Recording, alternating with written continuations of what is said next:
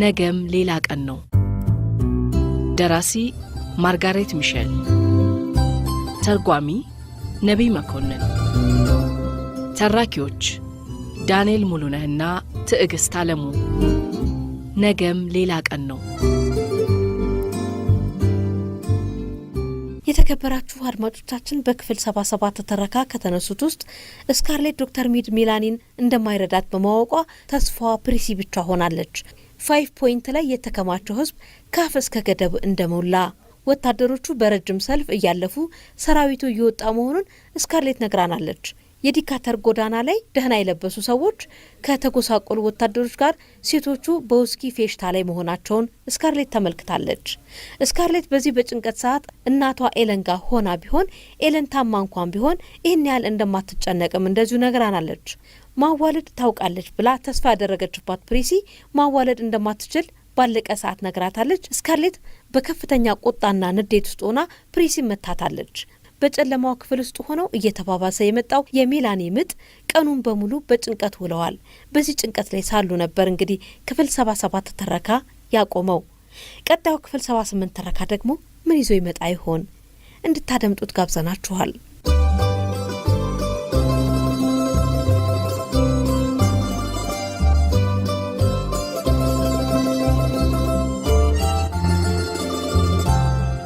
በከተማው ምን ይሰራ እንደሆነ አታውቅም። ሰራዊቱ ሁሉ ለቆ ወጥቶ ይሆን? ያንኪዎቹስ መጥተዋል እንዴ? የኮንፌዴሬሲ ወታደሮች ያለ ውጊያ ለቀው ሊወጡ ነው ማለት ነው።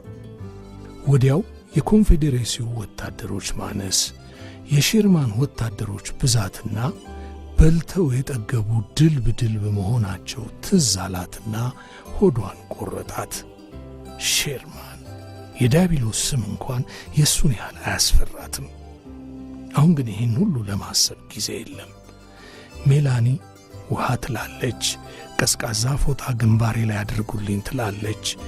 ዝንቦቹን ከፊቷ ላይ እሺ እንድትልላትና እንድታራግብላት ትፈልጋለች። ድንግዝግዝ ብሎ አይን ሲይዝና ፕሪሲ ፋኖሱን ስታበራ ሜላኒ አንደኛዋን ደገመች። በሕልም ሰመመን ውስጥ ያለች ይመስል አሽሌ ትላለች፣ ትጣራለች። ስካርሌት ጥሪውን ከመሰልቸቷ ብዛት በትራስ አፍና ድምጿን ብታስቀረው ፍቃዷ ነበር። ምናልባት ዶክተሩ ይመጣ ይሆናል። ምነው ቶሎ በመጣ። ተስፋዋ እንደገና ለመለመና ፕሪሲን ወደ ሚድ ቤተሰብ ሄዳ እዛ መኖሩን እንድታይ ወይዘሮ ሚድም ካለች እሷን እንድትጠራ ታዘዘቻት። እሱ ከሌለም ወይዘሮ ሚድንም ሆነ ሰራተኛዋን ምን ማድረግ እንዳለብን ጠይቂያቸው። ሂጂ እንዲመጡም ለምኛቸው። ፕሪሲ በፍጥነት ወጣች። ስካርሌት ስትሮጥ እያየቻት ከዚህ ቀደም እንዲህ መሮጥ የምትችል አይመስላት ስለነበር ገረማት። ከረዥም ጊዜ በኋላ ብቻዋን ተመለሰች። ዶክተር ወደ ቤት አልተመለሰም። ከወታደሮቹ ጋር ሳይሄድ አልቀረም። እትዬ ስካርሌት ሚስተር ፊል ሞተ? አዎ እትዬ አለች ፕሪሲ ነገሩን ለማከበድ እያብራራች። ጋሪ ነጂብ ታልቦት ነው የነገረኝ የተገደለው ያንኪዎች በስተምሳ። በቃ እሱን ተይው። ወይዘሮ ምድን አላየኋቸውም። ገረድየዋ ስትነግረኝ ሬሳውን እያጠቡ ለቀብር ሊከፍኑት ሄደዋል። ያንኪዎቹ እየመጡ ነው፣ ደርሰዋል አሉ። ገረድየዋ እንዳለች ምጡ በጣም ከጠናባት ከራስጌዋ ካራ ወይም ስለት ቢጤ ያኑሩላት፣ በሽታውን 2 ላይ ከፍልላታል ብላለች። ፕሪሲ ይህንን ጥሩ ወሬ ብላ በማምጣቷ ስካርሌት በጥፊ ልትላት ነበር። ብቻ ሜላኒ አይኗን በጣም ከፍታ በስጋት የኔ እናት ያንኪዎቹ እየመጡ ነው እንዴ ስትል ሐሳቡን ተወችው። አይ አለች ስካርሌት። ፕሪሲ ስትዋሽ ነው። አባቤቴ ውሸቴን ነው አለች ፕሪሲ። እየመጡ ነው ማለት ነው አለች ሜላኒ አልታለል ብላ ፊቷን ትራሷ ውስጥ ቀብራ። ድምጿ እየተሰባበረ ወጣ። ወይኔ ልጄን። ከዚያም ከረጅም እረፍት በኋላ ውይ ስካርሌት እዚህ መቆየት የለብሽም በቃ ዋድን ይዘሽ መሄድ አለብሽ አለች።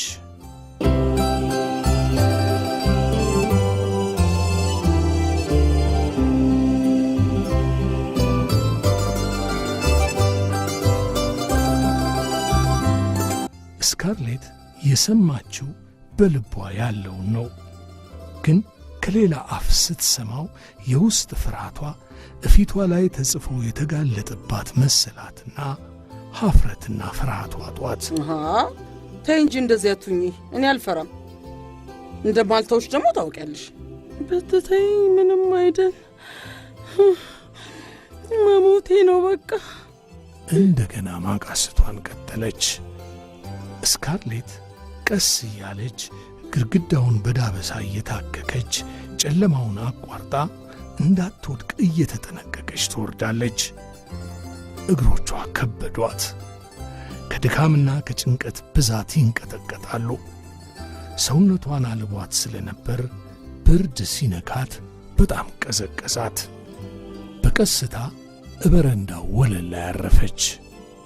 በረንዳው ምሰሶም ላይ የተደገፈችና በሚርበተበቱ እጆቿ የደረቷን ቁልፍ ፈታች። ማታው ለብ ባለ ለስላሳ ጨለማ ተሞልቷል። ፍዝዝ ቅዝዝ እንዳለ በሬ ድንግዝግዝ ብላ ታስተውላለች። አረፈች። ሁሉ ነገር አበቃ።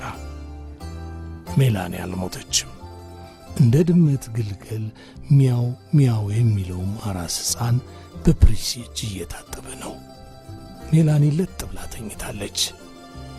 ከዚያ ሁሉ የስቃይ ድምፅ፣ ከዚያ ሁሉ የምት ሲቃ፣ ከዚያ ሁሉ ያላዋቂ አዋላጆች ያዝ ለቀቅ ከጥቅሙ ጉዳቱ ከሚያመዝን ማዋለድ በኋላ እንዴት መተኛት ቻለች ልጄ?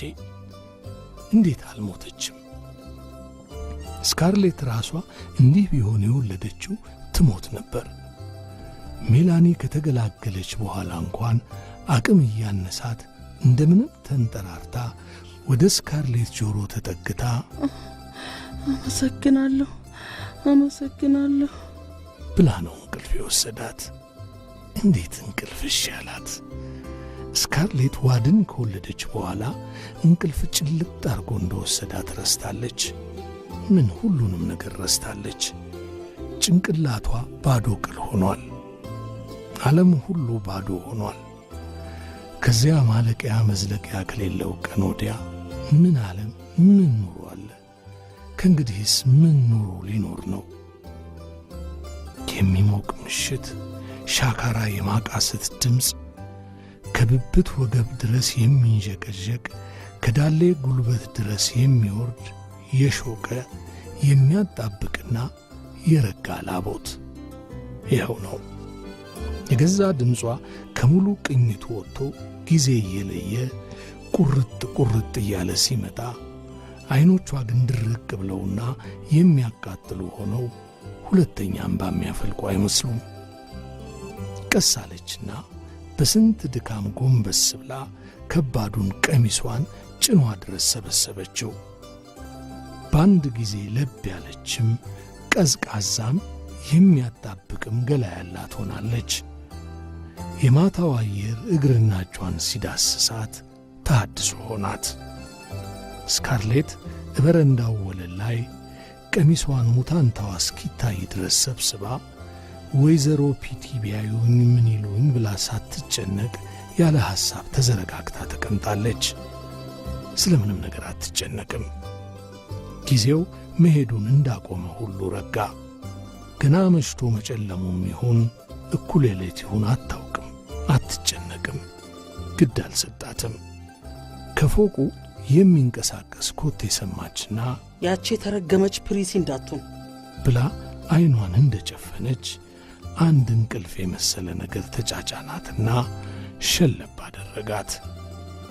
ከዚያ ካልተወሰነ የጨለማ ረፍት በኋላ ፕሪሲ በደስታ ያስካካች እጎኗ ቆማ የቻት። እትዬ ስካርሌት በጣም ጥሩ ነገር ነው ያደረግነው። እናቴን ብትሆን ከዚህ የተሻለ ማድረግ አችልም።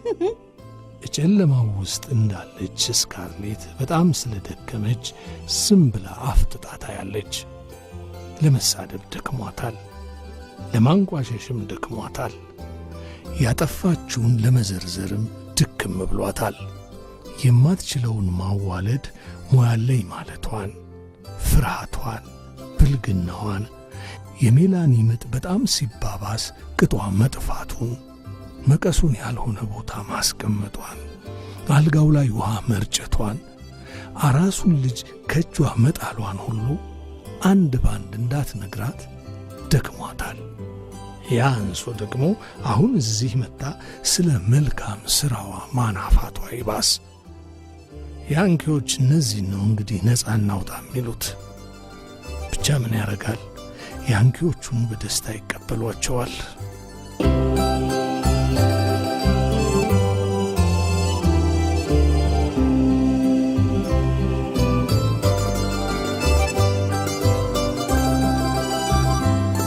ምሰሶውን ወደ ኋላ ተንጋላ ተደግፋ ዝም ብትል ፕሪሲ ከሁኔታዋ ስሜቷን ተረድታ ወደ በረንዳው ጨለማ በረረች።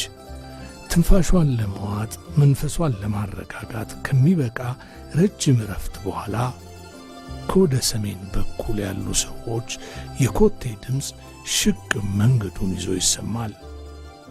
ወታደሮች። ቀስ ብላ ቀናለችና ቀሚሷን ወደ ታች አውርዳ ተቀመጠች።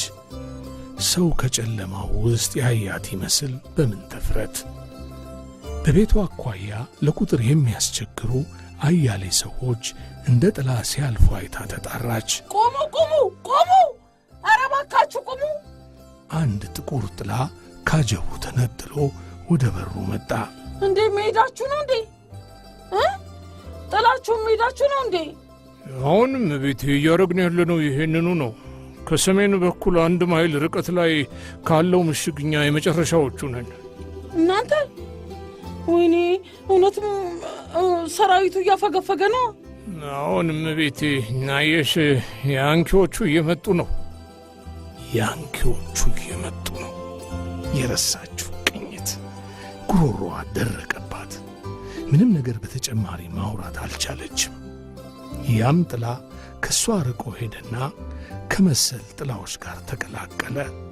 እግሮቻቸውም እጨለማው ውስጥ ገቡ። ያንኪዎቹ እየመጡ ነው፣ ያንኪዎቹ እየመጡ ነው ይላል የእግሮቻቸው ቅኝት። የእሷም ልብ ትርታ ይህንኑ ተቀበለና ያንኪዎቹ እየመጡ ነው ይል ጀመር።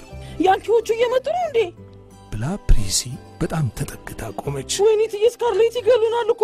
ጠመንጃዎቻቸውን በሆድ ዕቃችን ነው የሚለቁብን። እነሱ ማለት እኮ በቃ ዝም በይ እስኪ፣ ዝም በይ ዝም በይ።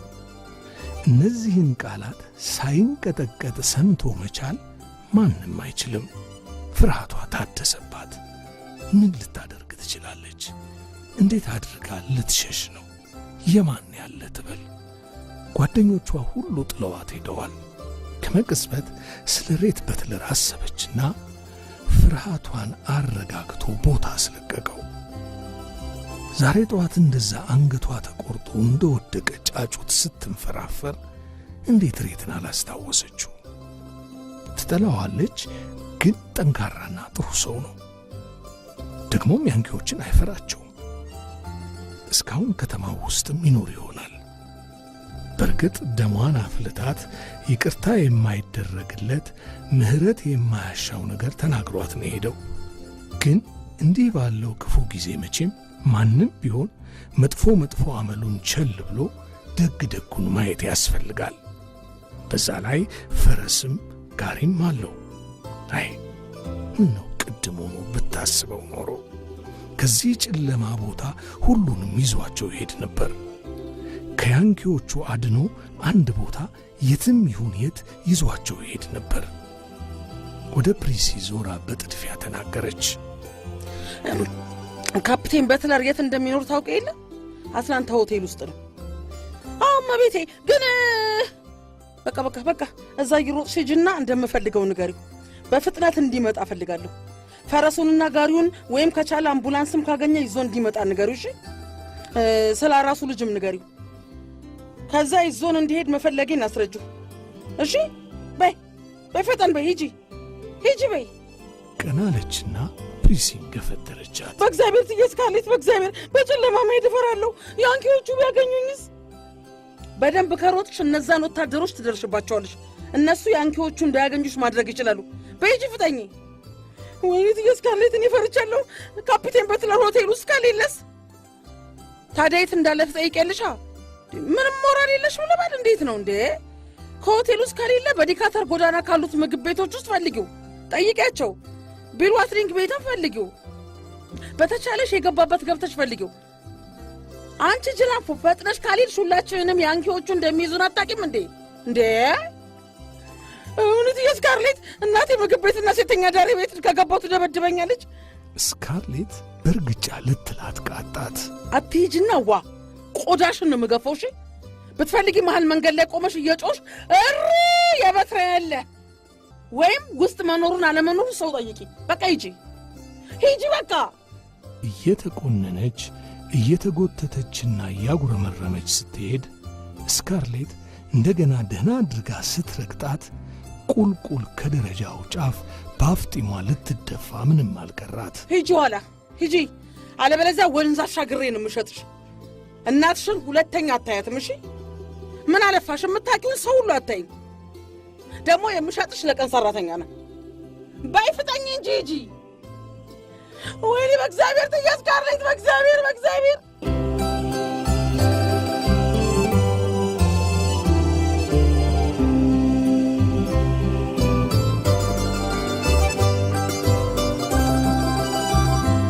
በእመቤቷ የእጅ ግፊት ደረጃውን ተንደርድራ ወረደች። የፊት ለፊቱ በር ተከፈተና ስካርሌት ጮኸች። አንቺ አመዳም ፈጠናቲም አሁንም አቲም። የፕሪሲ ኮቴ በመንገዱ ስታቆለቁል ይሰማል። እየቆየ በለስላሳው መሬት ተዋጠና ኮቴ የሚባል ጠፋ። ፕሪሲ ከሄደች በኋላ ስካርሌት ወደ ታችኛው አዳራሽ ደረጃውን ወርዳ ሄደችና ፋኖሱን አበራች። ቤቱ የከሰዓት በኋላውን ሙቀት ተረክቦ ያቆየ ይመስል ተን የሞላበት ወበቅ አዝሏል። ቀን ቅፍፍ ድብር ያረጋት መንፈስ ለቋት ሆዷ እህል ይሻል። ከትናንት ማታ ጀምራ ከአንድ ማንኪያ ገንፎ በቀር እህል ባፏ እንዳልዞረ ትዝ አላትና ፋኖሱን ይዛ ወደ ማድ ቤት ሄደች። የምድጃው እሳት ጠፍቷል። ቤቱ ግን እንደ አንድ ነገር ይሞቃል። ያገኘችውን ግማሽ ያህል የበቆሎ ዳቦ ተስገብግባ እየጎረሰች ሌላ ምግብ መፈለጓን ቀጠለች። ማሰሮው ውስጥ ከጠዋቱ የተረፈ የወተት ገንፎ አየችና እሳህን ላይ ለመገልበጥም ጊዜ ሳትሰጥ በጭልፋ ገባችው። ጨው አንሶታል፣ ግን ጨው ፍለጋ ለመሄድ ራቧ አላስቻላትም። በዛ በጭልፋ አንድ አራቴ ደህና አድርጋ ዋጠችና የቤቱ ሙቀት ሲያይልባት በአንድ እጇ ፋኖሱን በሌላው እጇ ቁራሽ የበቆሎ ዳቦ ይዛ ወደ አዳራሹ ሄደች። ፎቅ ሄዳ ሜላኒ ጎን መቀመጥ እንዳለባት ታውቃለች። ድንገት ቢያማት እንኳ ጮክ ብላ ለመጣራት አትችልም። ነገር ግን ያንን ሁሉ የሕልም ማዕት ያየችበትን ክፍል ተመልሳ የማየቱ ሐሳብ ያስጠላት ጀመር። አሁንስ ሜላኒ መሞቷ ነው ቢሏትም አትሄድም። ያንን ክፍል ደግማ ማየት በፍጹም አትፈልግም። ፋኖሱን በሻማው ማስቀመጫ ላይ አኑራ ወደ ፊት ለፊቱ በረንዳ ሄደች። ማታው በመጠኑ ሙቀት ቢኖረውም እዚህ ነፋሻ ነው። ደረጃው ላይ በፋኖሱ ጋጋን ውስጥ ተቀምጣ ከዳቦዋ ጋር መሟገቷን ቀጠለች። ስትጨርስ ትንሽ ትንሽ ጉልበት ተሰማት። ብቻ ከጉልበቱ ጋር አብሮ ያ ፍርሃቷን መጣ። ከመንገዱ ወደ ታች የሚመጣ የቻቻታ ድምፅ ይሰማል። ምን እንደሆነ ግን አልገባትም። ከፍና ዝቅ እያለ ከሚመጣው የድምፅ ህምህምታ በስተቀር ምንነቱን መለየት አልቻለችም። ጆሮዋን በተቻላት ወደዚያው አቅንታ ለማዳመጥ ሞከረችና እንደገና የስጋቱ ውጥረት የሠራ አካላቷን አሳመማት። በዚህ ዓለም ላይ ካለ ማናቸውም ነገር ይልቅ የፈረስ ኮቴ ድምፅና በፍርሃቷ የሚስቅባት በራሱ የሚተማመነውና ሐሳብ የለሽ ሬት በትለር ሲናገር መስማት በጣም የምትናፍቀው ነገር ሆነ። ሬት አንድ ቦታ ይዟቸው ይሄዳል። የት እንደሆነ አታውቅም። ለዛ ደግሞ ግድ የላትም።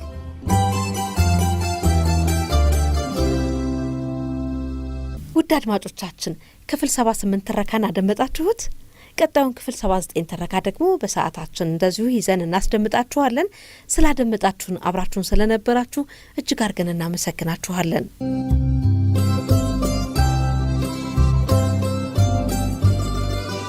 ነገም ሌላ ቀን ነው።